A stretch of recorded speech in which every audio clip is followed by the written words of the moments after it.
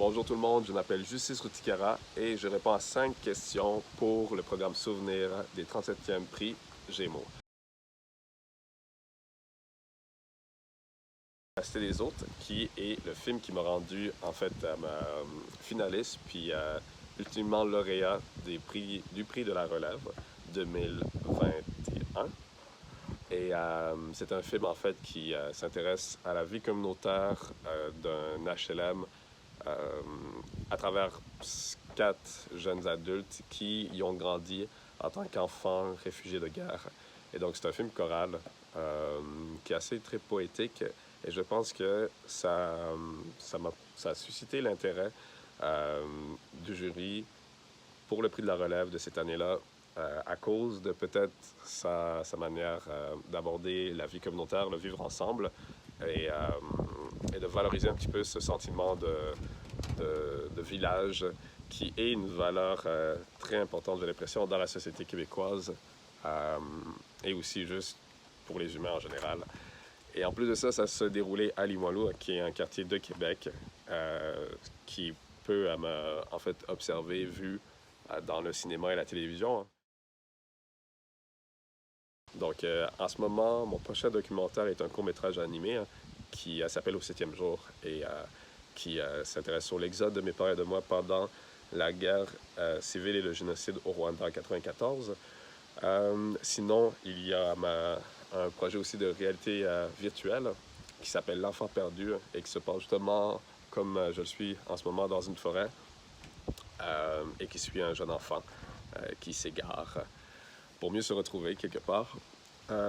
Puis il y a aussi Basse Couture, qui est ce projet de série télévision que j'aimerais baser aussi à Limoilou.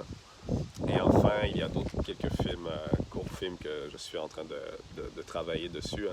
Et aussi, éventuellement, un court-film de fiction interactif. Je dirais qu'il y a la collaboration, le sens de l'initiative, le leadership. Il y a aussi l'originalité, la cohérence et la confiance qu'on doit avoir, je pense, pour aboutir à un projet aussi complexe, un projet artistique aussi complexe qu'une œuvre cinématographique ou télévisuelle, en fait. Parce que c'est un type d'art qui demande beaucoup de travail, puis d'originalité, de créativité. C'était évidemment d'avoir un prix, ce que je m'attendais vraiment pas. J'étais tellement bien entouré avec les autres finalistes que pour moi, tout le monde était tout le monde méritait le prix. Donc quand ça s'est retrouvé à être moi la personne, j'étais un peu chamboulé parce que j'étais pas prêt. Mais une chance que j'étais bien accompagné. Et d'ailleurs, je fais un petit shout-out à Marina de m'avoir incité à écrire des notes pour mon discours qui m'a ensuite qui m'a permis de juste passer à travers ce petit moment déstabilisant et magique.